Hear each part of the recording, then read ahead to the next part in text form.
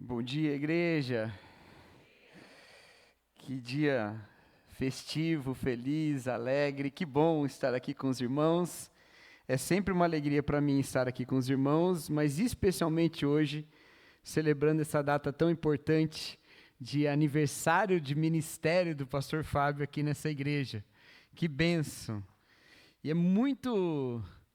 É um momento de felicidade muito grande, porque...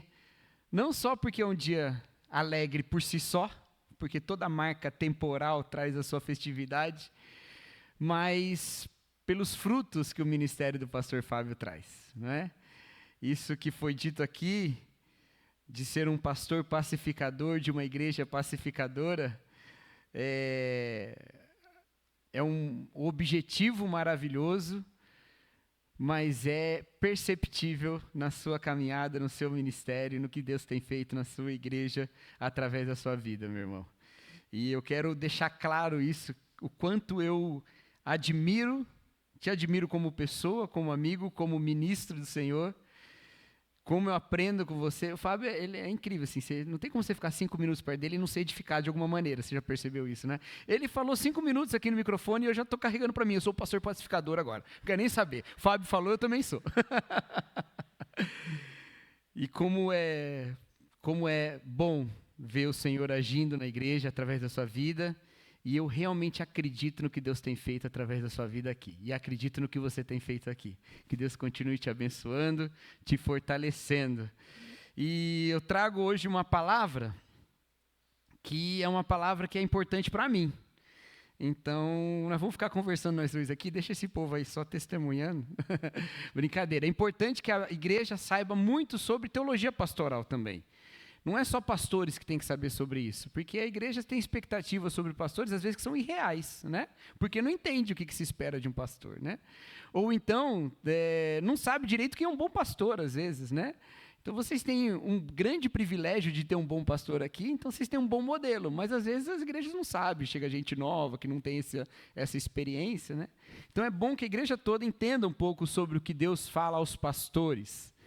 E essa palavra, esse texto, ele é muito importante para mim, porque ele me sustenta nos momentos de dificuldade ministerial, e eu quero partilhar isso com você, meu amigo, porque eu quero que seja também uma reflexão que possa te trazer algum alento nos momentos difíceis e alegria e gratidão nos momentos bons também.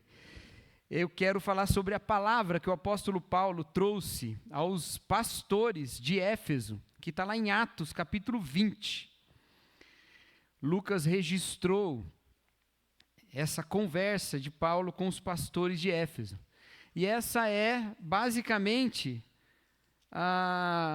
um discurso final que Paulo dá a esses irmãos, porque ele achava que nunca mais os veria. Ele achou que ali tinha acabado o seu encontro com eles, né? Então, a Bíblia ela dá um certo valor para os discursos finais. Você já percebeu isso? Moisés tem um livro inteiro do seu discurso final, que é Deuteronômio. Deuteronômio é Moisés falando de novo tudo que ele já tinha dito para uma nova geração, porque aquela geração já tinha morrido no deserto, né? Mas os discursos finais. O livro de Josué termina com os discursos finais de Josué. E até Jesus tem os seus discursos finais nos evangelhos. Então tem um certo valor nesse último legado, a última edificação que alguém como Paulo deixa para os pastores de uma igreja que ele amava tanto quanto a igreja de Éfeso. Ele amava tanto os efésios e ele chama esses pastores para Mileto, para então falar com eles e dar a eles alguma edificação e algum ensino ali que vai sustentá-los no decorrer do ministério, uma vez que ele ia embora, não ia mais encontrar com eles. Então, Atos, capítulo 20, nós vamos ler um texto longo, viu, gente? Então, geração aí acostumada com vídeo do TikTok, se esforce para prestar atenção aqui. Quando você estiver já pensando, né? Será que o Flamengo ganha hoje? Não, volta aqui para o texto, tá bom? Ô Rubinho, você falou que dentro da sacola estava a camisa do Palmeiras do Mundial. Achei que vocês não iam dar presente nenhum para ele. Achei que estava vazia a sacola. Mas vamos lá. Atos capítulo 20, a partir do versículo 17 até o final. Tá bom? Até o final do capítulo. É bastante coisa aí, tá? Que é o versículo 35, tá bom? Não, o versículo 38. Eu já não estou enxergando direito mais, gente. Então, Eneida, ó, passou o tempo aí, você está vendo, né? Eu já não estou mais enxergando. Vamos lá, Atos 20, 17 a 38. Diz assim a palavra de Deus. De Mileto, Paulo enviou uma mensagem a Éfeso, pedindo aos presbíteros da igreja que se encontrassem com eles. E quando chegaram, Paulo lhes disse, e aqui começa o discurso de Paulo. Vocês sabem como eu me conduzi entre vocês em todo o tempo, desde o primeiro dia em que entrei na província da Ásia, servindo o Senhor com toda humildade, com lágrimas e com as provações que me sobrevieram pelas ciladas dos judeus. Vocês sabem que jamais deixei de anunciar o que fosse proveitoso e de ensinar isso a vocês publicamente, também de casa em casa, testemunhando tanto a judeus quanto a gregos o arrependimento para com Deus e a fé em nosso Senhor Jesus Cristo. E agora, impelido pelo Espírito, vou para Jerusalém, não sabendo o que ali vai me acontecer. Exceto que o Espírito Santo, de cidade em cidade, me assegura que prisões e sofrimentos estão à minha espera. Porém, em nada considero a minha vida preciosa para mim mesmo, desde que eu complete a minha carreira e o ministério que recebi do Senhor Jesus para testemunhar o Evangelho da graça de Deus. E agora eu sei que todos vocês, em cujo meio passei pregando o reino, não mais verão meu rosto. Portanto, no dia de hoje, testifico diante de vocês que estou limpo do sangue de todos, porque jamais deixei de lhe anunciar todo o plano de Deus. Cuidem-se de vocês mesmos e de todo o rebanho no qual o Espírito Santo os colocou como bispos, para pastorearem a igreja de Deus, o qual ele comprou com o seu próprio sangue. Eu sei que, depois da minha partida, aparecerão no meio de vocês lobos vorazes, que não pouparão o rebanho, e que até mesmo entre vocês se levantarão homens falando coisas pervertidas para arrastar os discípulos atrás de si. Portanto, vigiem, lembrando que, durante 3 anos, noite e dia, não cessei de admoestar com lágrimas cada um de vocês. Agora, pois, eu entrego aos cuidados de Deus e à palavra da sua graça, que tem poder para edificá-los e dar herança entre todos os que são santificados. De ninguém cobicei prata, nem ouro, nem roupas. Vocês mesmos sabem que essas minhas mãos serviram para o que era necessário a mim e aos que estavam comigo. Em tudo tenho mostrado a vocês que, trabalhando assim, é preciso socorrer os necessitados e lembrar das palavras do próprio Senhor Jesus, mais bem-aventurado é dar do que receber. Tendo dito isso, ajoelhando-se, Paulo orou com todos eles. Então houve grande pranto entre todos, e abraçando Paulo, beijavam, entristecidos, especialmente pela palavra que ele tinha dito, que não mais veria o seu rosto, e eles o acompanharam até o navio. É isso, o apóstolo Paulo dando palavras finais para os pastores de Éfeso.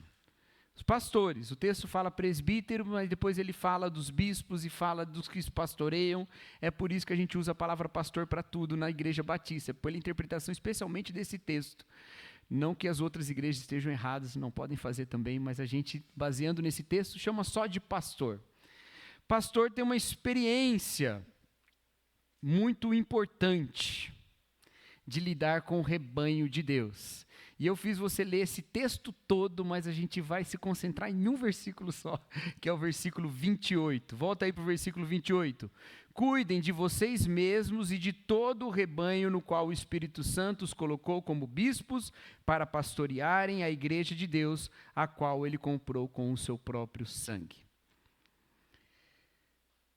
Existe uma experiência estranha na vida pastoral, que é essa de nós estarmos na posição de trazer a palavra de Deus e de apacentar um rebanho que não é nosso.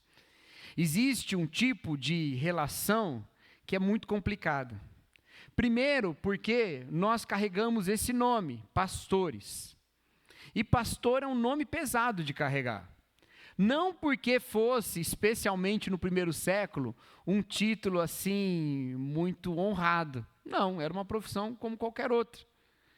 Mas, no contexto da fé cristã, é um nome pesado de carregar. Porque quem é o bom pastor é Jesus Cristo.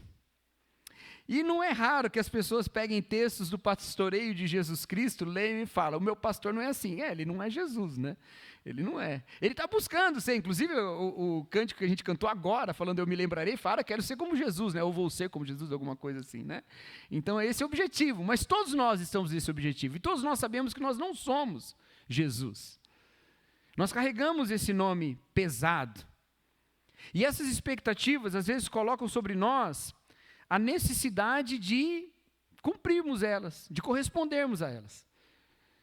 E às vezes as estruturas profissionais mesmo da vida pastoral nos convencem de que o bom pastor é aquele que vai mais perto do que é ser como Jesus. Mas, irmãos, eu vou dizer uma coisa para vocês. Como pastor, eu sei que na minha igreja tem muita gente que está andando de um jeito que eu ainda estou querendo chegar. Tem gente que eu olho e falo, olha, eu trago a palavra, eu te edifico, mas eu aprendo com a sua caminhada. Porque tem lutas que a gente tem que o outro não tem, o outro tem virtudes que a gente não tem, a gente tem virtudes que o outro não tem, a gente tem essa troca toda.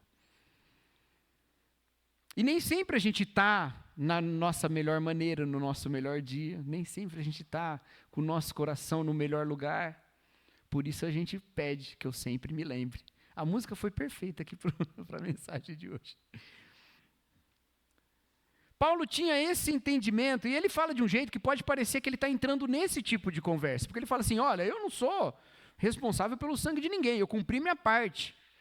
É como se Paulo estivesse falando, nós olhando uma leitura primária desse texto, uma leitura assim superficial, é como se Paulo estivesse falando, olha, eu de fato cheguei lá, eu de fato sou um pastor absolutamente irrepreensível, eu cumpri, ninguém pode me acusar de nada. Mas não é isso que Paulo está dizendo.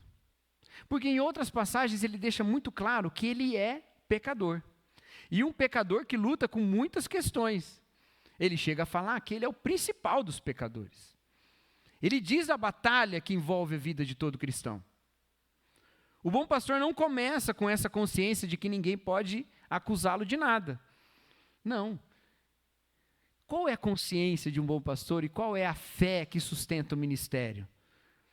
É essa, de que nós somos pastores do rebanho que Deus comprou com seu próprio sangue.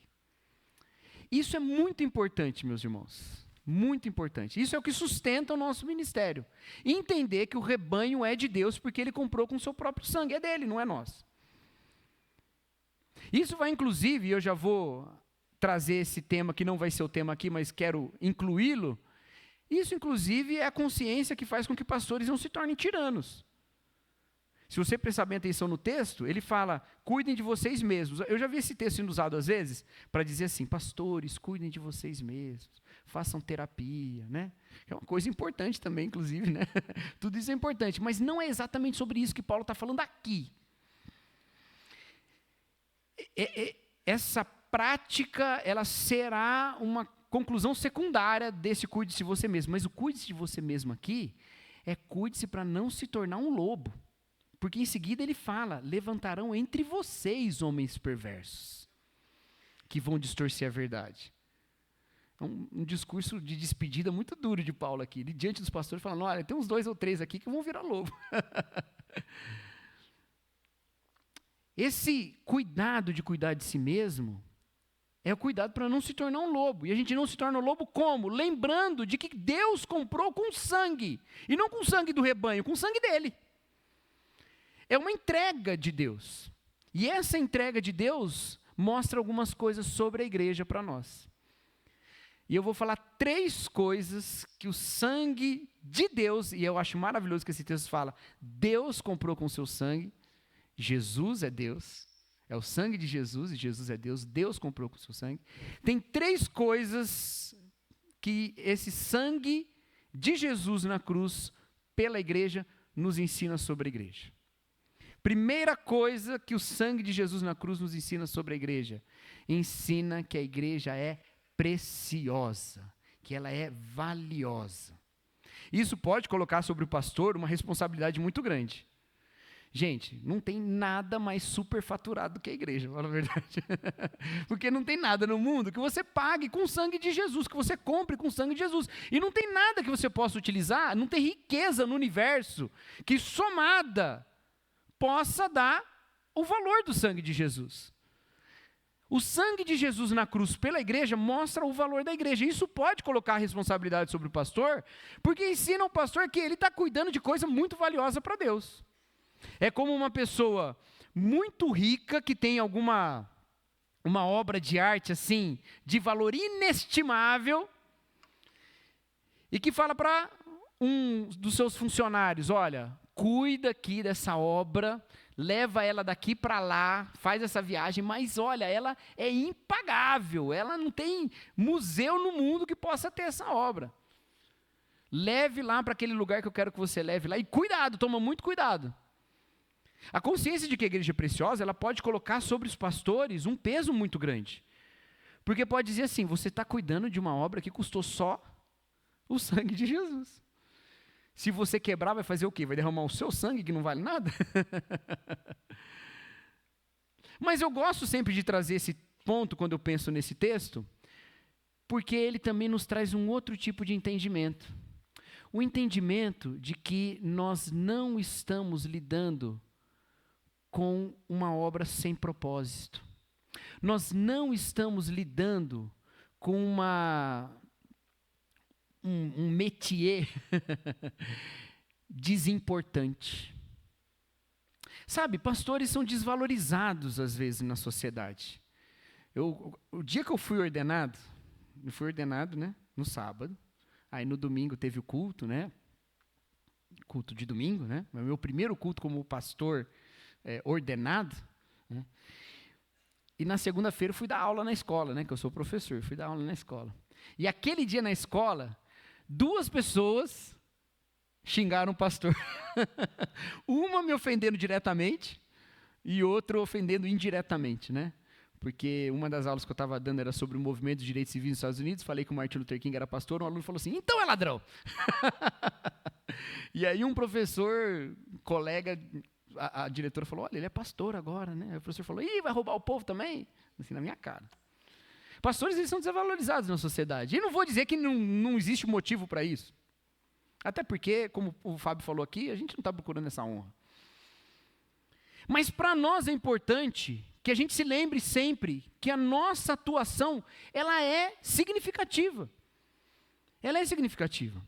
Por uma confusão vocacional, pastores têm somado à sua vocação pastoral coisas que não são da sua obra ou do seu chamado. E aqui eu não estou falando contra ministério bivocacionado. Amém. Eu sou professor e pastor, não tem problema. Isso não é a questão.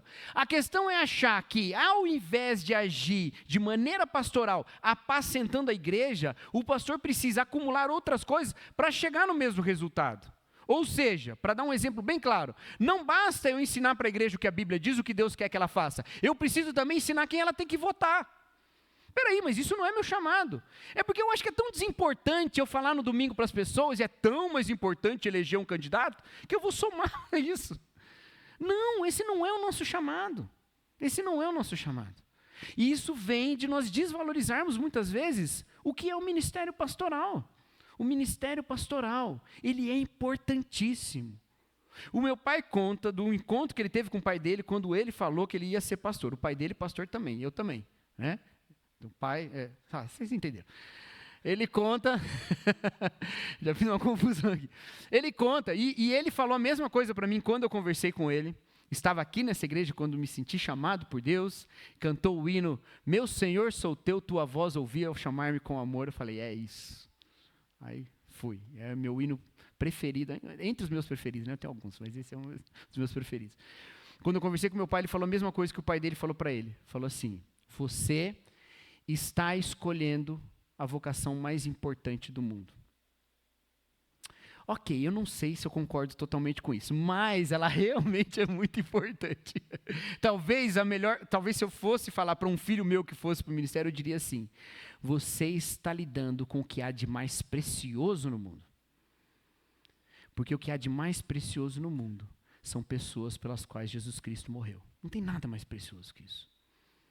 Somar qualquer coisa a isso é diminuir. É diminuir. Deus comprou a igreja com seu próprio sangue. E isso nos coloca numa posição de responsabilidade, mas numa posição também que nos faz ter certeza de que nossa obra não é vã. Ela não é vã. Agora, o sangue de Jesus mostra uma outra coisa. Mostra que a igreja tem problema. Porque se não tivesse problema, se não tivesse pecado, não precisava de cruz, não é? Então é maravilhoso, é incrível, é maravilhoso a igreja, Deus ama e tal. Mas tem vez, pastor Fábio, tem vez que a gente pensa assim, igual Moisés, né? Chega para Deus e fala assim, Senhor, você me odeia. Moisés lá em Números fez isso. Ele vai diante de Deus e fala assim, Senhor, o Senhor me odeia para me colocar na frente desse povo? E tem vezes que a gente sente assim, porque a igreja tem problema. A igreja tem problema. A cruz de Jesus mostra que a igreja tem problema, porque se ela não tivesse problema, não precisava de cruz. Se ela não tivesse pecado, não precisava de cruz. Às vezes eu brinco quando eu falo da vocação do professor, né? Tem gente que fala assim, mas é muito difícil ser professor porque os alunos não sabem nada. Exatamente. Exatamente. Você está lá para ensinar, não é? É muito difícil ser pastor, a igreja tem muito pecado. Exatamente. Exatamente. Você está lá para falar a respeito da graça de Jesus Cristo. Você está lá para falar do perdão de Jesus Cristo. Você está lá para ministrar, inclusive, esse perdão. Agindo de maneira perdoadora e pacificadora. Uma vez que a reconciliação com Jesus é aquilo que a palavra de Deus fala, que ele fez paz. Ele fez paz com a humanidade. Então é a ação do perdão de Deus, essa ação pacificadora da qual o pastor Fábio falou aqui mais cedo. E Paulo aqui está destacando isso. A cruz de Jesus mostra que a igreja tem problema. Estes que ficariam para apacentar a igreja, ficariam para lidar com uma tarefa que é muito importante, mas é muito difícil. E é muito difícil. Rubens destacou aqui, uma igreja de 115 anos. Difícil, difícil. Uma igreja fez 12, é difícil, cara. E tem igreja começando agora, o pastor Evandro, nosso amigo, que comemorou 2 anos de igreja plantada lá em Valinhos, Valinhos Vinhedo lá, eu nunca sei que cidade que está aquela igreja, está lá no meio, difícil, é difícil, e é difícil porque a igreja peca, porque a igreja tem pecado, porque as pessoas são pecadoras, e por isso tem cruz, é difícil, mas é importante. A cruz de Jesus revela que a ação pastoral, que a igreja é valiosa para Deus e por isso o ministério pastoral é importante, mas que a igreja tem pecado e por isso o ministério pastoral é difícil. Mas a igreja também revela, o sangue de Jesus revela também uma coisa sobre a igreja. E aqui vem um grande consolo para nós. Se Deus derramou o seu próprio sangue, Deus está mais envolvido no bem da igreja do que os pastores. Entende? Se a igreja é preciosa para Deus, mesmo pecadora, Deus está envolvido no bem da igreja. Ele está envolvido, ele derramou o sangue dele. Então ele não está alheio à igreja, ele não está dizendo assim, não, isso aí não me meta, esse povo dá muito problema. Fábio, assume aí, vai. Nossa, eu não aguento mais. Que é mais ou menos também o que Deus fala para Moisés uma hora, né? Quer saber, Moisés? Continua. Leva esse povo até lá. Eu vou mandar meu anjo. Fica tranquilo. Meu anjo vai, põe vocês assentados lá no lugar e aí pronto. Eu vou escolher outro povo, vou atrás de outro. O que Moisés fala para ele? Senhor, se não é para o Senhor ir com a gente, mata a gente tudo então. Ou o Senhor vai com a gente ou não vai. E por causa de Jesus nós sabemos que Deus sempre está com a gente. Ele sempre está com o seu povo. Ele sempre está andando com a sua igreja. Nós, pastores, podemos descansar nisso, de que apesar das nossas imensas limitações, o Senhor está envolvido nisso. Ele está envolvido na igreja. Então a gente pode descansar nisso. Gente, Deus deu o próprio sangue. Ele não vai colocar a gente para destruir o que o sangue de Jesus fez, porque a gente não tem nem poder de fazer isso. O sangue de Jesus é mais poderoso. Não tem como. Então as nossas limitações, as nossas dificuldades, os nossos pecados, nós confessamos diante de Jesus Cristo, mas nós sabemos que Jesus está à frente. E não raras vezes eu tive a oportunidade, a experiência, melhor dizendo, não foi bem uma oportunidade, foi uma necessidade, de orar a Deus dizendo, Senhor, eu não dei conta. Senhor, eu não consegui. Quando você sai de um aconselhamento, você fala, eu acho que eu piorei a situação. Eu acho que eu não ajudei. E umas vezes, indo embora da igreja para casa, chorando no carro, eu orava a Deus, falei, Senhor, não deixa que essa situação que acabou de acontecer redunde em algum tipo de mal para essa pessoa, porque eu não sabia o que fazer, a igreja é sua, Senhor. Me perdoa se eu não estava capacitado, se eu não estava aprimorado para essa obra. Mas o Senhor sabe que eu não sou perfeito. O Senhor é perfeito. Que o Senhor faça aquilo que eu posso ter desfeito. E essa oração tem sido, meus irmãos, oração que vez após vez eu faço. E o Senhor tem respondido. Ele tem realizado. Porque a igreja não é nossa. A igreja não é nossa. A igreja é dele. E ele está mais envolvido no bem da igreja do que nós mesmos. Eu tenho plena convicção disso. Fábio. Que o Senhor está envolvido no bem dessa igreja mais do que você mesmo. Mesmo que você esteja tão envolvido, o Senhor está mais. Quando você chega para pregar, Deus já estava aqui. Quando você chega para aconselhar, Deus já estava lá. Quando você chega em qualquer lugar, Deus já está lá, porque Ele não deixa de estar envolvido no bem do seu povo. Esses eram os 3 pontos sobre a igreja, mas eu tenho mais 3 pontos. Eu não ia falar que eu tinha 6 pontos, senão vocês iam embora. Então agora já foi 3, só mais 3, vocês ficam, né? Tem mais 3 pontos. Já pregou uma mensagem de 6 pontos, Alain? Primeira vez. 7 é o número da perfeição, mas ninguém é perfeito, eu vou ficar com 6 pontos mesmo. O sangue de Jesus mostra essas 3 coisas sobre a igreja, mas o sangue de Jesus mostra 3 coisas sobre o pastor. Porque o sangue que Jesus derramou pela igreja é o sangue que Jesus derramou pelos pastores. E pastor esquece disso direto. Irmãos, não tem experiência que os pastores aqui, tem vários pastores aqui, eu tenho certeza que todos vocês já passaram por isso que eu vou falar agora. Que você do púlpito pregou o evangelho da graça e desceu do púlpito pelas obras. Ou seja, que você do púlpito falou, irmão, Deus te ama, enviou Jesus Cristo para perdoar os seus pecados. E fala igual o Rodrigo falou aqui, não importa o que você fez, o que você tem feito, Ele te acolhe, Ele te recebe. Não tem vergonha que te separe de Deus, nada nos separará do amor de Deus, não importa as suas obras, você não precisa se aperfeiçoar para chegar a Jesus, chega a Jesus e Ele te aperfeiçoará, e você termina e faz um apelo, e o povo vai à frente, chora e se converte, e escreve lá, eu quero me batizar. E aí o pastor desce do púlpito e fica pensando assim, será que foi bom? Será que as pessoas entenderam? Ou então fala, hoje eu vou viver uma semana tranquila. Hoje eu não vou passar 7 dias me martirizando porque eu devia ter usado aquela ilustração que eu não usei, ou porque eu falei aquele negócio que eu não devia ter falado. Todos nós já passamos por isso, de pregar o evangelho da graça e descer no ministério das obras. Mas o sangue de Jesus é por nós pastores também. Se o sangue de Jesus mostra que a igreja é preciosa, o sangue de Jesus mostra que o pastor é precioso, porque ele é igreja, porque o pastor é ovelha. Ou como diz o Ranieri, que pregou aqui no Essencial, que é 2 domingos atrás, nosso irmão lá na igreja, que está caminhando numa caminhada ministerial, ele cita essa fala do Bregantin, que diz que o pastor é só um cachorro que late, não é? O pastor é Jesus, e os pastores humanos são esses cachorros que ajudam no pastoreio, mas é só um cachorro que late. Nós não estamos no lugar de Jesus, nós somos alguém por quem Jesus morreu. Ele nos salva. E se é assim, nós podemos confiar que somos preciosos para Jesus. Não por causa do ministério. Não por causa do ministério. Nós não somos preciosos para Jesus por causa do ministério. Não é que Jesus nos ama mais porque a gente está... Não. O tamanho do amor de Jesus é o mesmo. O sangue dele. Para todos nós. Ele nos ama a preço de sangue e o preço é o mesmo. E porque Ele nos ama, e porque por amor Ele chama uns para pastores, outros para mestres, outros para apóstolos, outros para profetas, e Ele nos chama para pastores e nós vamos. Isso não significa mais amor ou menos amor. Mas em geral, a gente esquece desse amor, que eu sempre me lembre. Que eu sempre me lembre. Porque a gente acha que é a qualidade da nossa pregação, a qualidade do nosso ministério, os pontos que a gente cobre, as coisas que a gente não erra, a fidelidade daqueles que a gente ajudou, que vai garantir a nossa permanência, o nosso emprego, a nossa continuidade da vocação.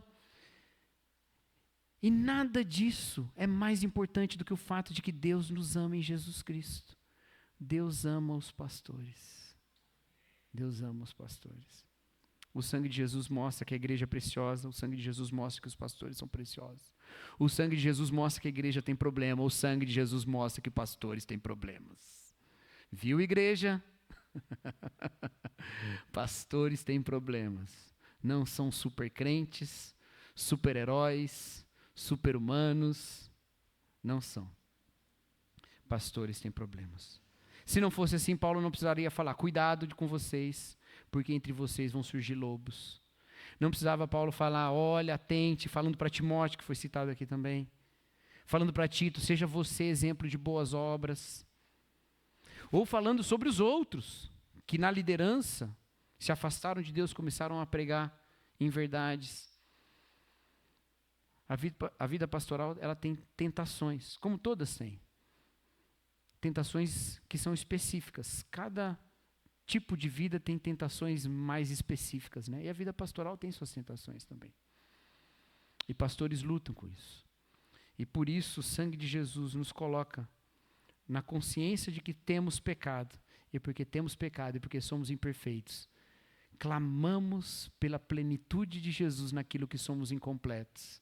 E clamamos pelo perdão de Jesus naquilo que temos falhado. Se a gente não vive pelo perdão de Jesus, a gente começa a construir uma imagem de redenção pelas obras. O Tim Keller chamava atenção para isso. Ele falava que há um perigo muito grande do pastor negligenciar a autenticidade da sua espiritualidade por causa do resultado do seu ministério. Isso a gente já viu aos montes. Todo mundo aqui eu tenho certeza que já viu isso. Pastores que até certo momento estão sendo vistos como grandes homens de Deus, realizando grandes obras, fazendo grandes coisas. E em seguida descobrimos pecados dele, mas não pecadinhos que aconteceram agora, que se arrastam por 20 anos. Como é que acontece com o ministério dele nesse período? O que aconteceu? Foi de Deus ou não foi? Agora pensa do ponto de vista do pastor, como é que ele viveu esses 20 anos? Eu vou dizer como ele viveu esses 20 anos. Ele viveu esses 20 anos assim. Ele pecava, sabia que tinha pecado, ia para a igreja porque tinha que pregar, abria a Bíblia, pregava. Saía do púlpito, um irmão passava por ele e falava, pastor, que benção. Essa palavra mudou minha vida. E até aí não tem nenhum problema. Quer dizer, o pecado tem problema, mas o resto não tem nenhum problema. Mas aí, enquanto isso estava acontecendo, esse pastor pensou, eu não estou tão mal assim. Deus está me usando. Mesmo com esses pecados, Deus ainda me usa. Dá para eu gastar um pouquinho mais de tempo sem resolver esse problema. Tim Keller fala que isso é confundir a vida exterior com a vida interior. Ele está com a vida interior arrebentada, mas a exterior. E é confundir o próprio ministério com a própria vida. Visões de perfeição fazem com que a gente confunda o ministério com a vida, porque a nossa reputação ministerial é a nossa própria vida. E o que acontece? Quando passa por uma crise ministerial, que coloca a sua reputação em xeque, por qualquer motivo que seja, acabou o ministério, acabou a vida. O problema de pastores que tiram sua própria vida passa por aí. Confusão entre vida e ministério. A gente não é redimido pelo nosso ministério. O exemplo bíblico que o Tim Keller dá a falar sobre isso, e eu estou absolutamente copiando ele nesse ponto, o exemplo bíblico que ele dá é Judas. Ele fala assim, olha, na mesa da ceia, estavam todos os discípulos lá, e Jesus fala assim, um de vocês me trairá. E ninguém sabia quem era. Ninguém sabia quem era. E Judas estava lá no meio. Agora, esses 12 saíram com Jesus para expulsar demônio, para pregar o evangelho, para fazer milagre, para realizar cura. E não tem um discípulo lá que fala, deve ser Judas, porque quando ele vai expulsar demônio, o demônio não sai, deve ser ele. Quando ele vai fazer cura, a cura não acontece, deve ser Judas. Ninguém fala isso. Ninguém sabia quem era. Aquele que estava fiel a Jesus Cristo era indistinguível do traidor, do ponto de vista exterior. Se nós, como pastores, não encaramos as nossas limitações e carnalidades, nós vamos fazer esse tipo de confusão, a gente vai sentar no trono de Jesus achando que Jesus é a gente, e aí não vai ter quem salve a gente da queda que será monstruosa. Porque como bem diria o pastor da Babilônia, Nabucodonosor, quem tenta ser como Deus vai pastar com os jumentos. Não é? A cruz de Jesus mostra que pastores têm problemas. E nós precisamos ter a coragem de confessar isso. Nós precisamos ter a coragem de sermos abertos sobre isso. E, irmãos, vocês têm um pastor sincero, autêntico. Fábio é um cara sincero, autêntico. Olha, eu vou abrir o parênteses assim, uma das coisas que eu mais gosto de falar quando alguém fala da PIB, assim, eu sou amigo de todos os pastores daquela igreja. Eu gosto de falar isso. Eu poderia falar, é a igreja que eu casei, eu poderia falar, é a igreja que me mandou para o seminário, é a igreja onde foi a minha formatura do seminário, que foi aqui também. Mas eu gosto muito de falar, eu sou amigo de todos os pastores daquela igreja. E na caminhada que eu vejo que os pastores têm com o pastor Fábio, primeiro, a admiração, todos eles já falaram o quanto te admiro. Estou abrindo aqui o jogo. Se não era para te contar, estou contando. Depois você lida com o seu orgulho aí, o problema é seu. Pastores têm problema. Mas o quanto, e isso eu que nem sou desse grupo pastoral, já testemunhei, de como o Fábio não tem dificuldade de ser humano. De ser alguém que é consciente das suas limitações, consciente das suas lutas. Ele não tem nenhum problema com isso. Isso é um ponto importantíssimo, meus irmãos, porque se tem uma coisa terrível para a igreja é pastor santarrão, que acha que ele é a própria voz de Deus. A palavra de Deus é Jesus, não é a gente. Assim a gente se ajoelha diante da palavra e fala, Senhor, eu nem estou bem hoje, mas eu vou levar para a igreja a palavra do Senhor. E ela é que tem poder, não sou eu, então age através de mim. E aí Deus age com a gente meio como Gideão. Fala assim, quando você está arrebentado mesmo que eu quero que você vá. Deixei você com 300 só aí. Pra você não achar que é você, pra você saber que sou eu. Porque a gente tem problemas. E encarar esses problemas e saber que a gente tem problemas é importante para o nosso ministério ser frutífero. Não espere um pastor santarrão. Uma vez conversando com uma irmã da igreja, ela falou uma coisa e eu achei bonito, mas eu fiquei muito chocado. E achei problemático. Achei bonito a sinceridade dela, mas achei problemático. Ela falou assim, pastor, eu estou seguindo tal influência cristão, tal, ele é pastor também. Um jovenzinho aí, eu nem me lembro direito quem que é, mas era um cara bem famoso. Ah, que legal. Ele faz vídeos assim, ele fala tais coisas, eu gosto muito dele. Ah, legal. Aí ela falou assim, pastor, os pastores mais antigos, eles são muito bons, homens de Deus, mas esses mais jovens, eles têm vida. Aí eu, opa. Achei muito bonito, porque ela era uma irmã mais idosa, e é mais difícil esse tipo de reconhecimento. Geralmente você fala, essa geração está perdida. Né? Então achei uma humildade bonita da parte dela. Mas ela estava caindo num golpe. Qual golpe? O golpe da rede social. A rede social é só imagem, não é? Influencer é só imagem. Você às vezes vai olhar um influencer na rede social e vai falar, cara, eu queria que esse cara fosse meu pastor, mas meu pastor é o Fábio. E eu já vi o Fábio errar nesse ponto, já vi ele. Amém, glória a Deus por isso. Porque você tem um pastor perfeito, é Jesus e nenhum outro é. Qualquer pastor que você acha que é perfeito, ele é só imagem. Ele é só imagem, ele não é pastor de verdade. Pastores têm limitações e por isso tem cruz para pastor. Se pastores fossem perfeitos, o pastor tinha que morrer crucificado. Jesus, eu sei que o Senhor é perfeito, seu sacrifício foi eficaz, estou aqui para somar. Precisar crucificar alguém? Não sou perfeito, meu sangue não vale como de Jesus. A gente tem que entender essas nossas limitações. E por último, 6 pontos, hein? Vocês aguentaram, hein, gente? Parabéns, viu? A cruz de Jesus mostra que Deus está envolvido na vida do pastor. Deus está envolvido no bem do pastor. Às vezes a gente sente que Deus está contra a gente. Porque a gente olha para a igreja e vê, essa igreja eu deveria estar fazendo isso. A gente olha para outros pastores e vê, olha o que eles estão fazendo ali, olha o que ele está fazendo ali. E eu sei como eu sou errado. Aí a gente pega essa coisa da perfeição do influencer e joga para a gente. Eu não sou como ele, não sou como aquele, eu não prego assim, eu não falo isso. Nossa, quantas vezes... Ixi, gente, às vezes é horrível você ouvir um texto que já pregou 1000 vezes, pregado por um cara que sabe mais que você. Aí você fala assim, meu Deus, já preguei esse texto 20 vezes e sempre preguei errado. O cara que vem fala assim, olha, as pessoas falam que no grego essa palavra significa tal coisa, mas nessa época não significava não. Eu já falei isso tantas vezes. Aí você fala, meu Deus, quanta coisa eu já fiz. E aí a gente acha às vezes que Deus está contra a gente, porque Ele está cobrando a gente. Olha lá, eu entreguei a igreja para você. Eu entreguei a igreja para você, ela é preciosa para mim, e você não é perfeito. Lida com ela. Se vira. A gente fala, Senhor, então você me deu uma sentença. Você me condenou. Porque você me deu uma tarefa impossível de realizar e mandou realizar sozinho. Não. Deus não nos abandona. Deus não deixa de estar envolvido na nossa vida. Ele está envolvido na nossa vida. E essa é a dinâmica maravilhosa, porque toda glória é para Deus. Por que toda glória é para Deus? Porque é Deus que edifica a igreja e é Deus que edifica o pastor. É Ele que está agindo o tempo todo. A igreja cresce, frutifica segundo a vontade de Deus, e o pastor cresce e frutifica segundo a vontade de Deus. Deus está envolvido na vida do pastor como está envolvido na vida de cada membro. Deus está envolvido na família do pastor como está envolvido na família de cada um de vocês. Porque isso que eu disse é verdade também para a casa de vocês. Deus está envolvido na vida dos seus filhos mais do que vocês mesmos. Deus está envolvido no seu casamento mais do que você mesmo. Deus está envolvido no seu sustento mais do que você mesmo. Ele está envolvido, Ele não está distante. Por quê? Porque Ele deu o próprio Filho. Não tem mais nada que você possa dizer: Senhor, o Senhor não está me abençoando o suficiente. Ele deu Jesus, literalmente, não tem como Ele dar mais do que isso. Paulo é que fala isso aos romanos: aquele que nem o próprio Filho poupou, como também não nos dará juntamente com Ele todas as coisas. Meus irmãos, se Jesus está dado na cruz por nós, Deus não está segurando nada.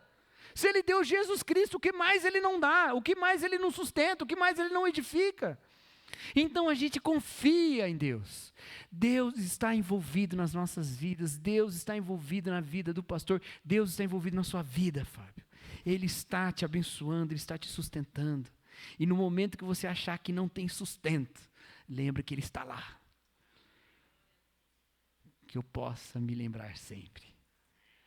O Senhor está lá, e eu sei disso, porque eu olho para a cruz e vejo a demonstração do envolvimento de Deus.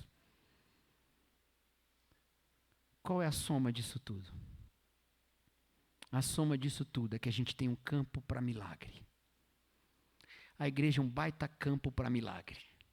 E por que ela é um campo para milagre?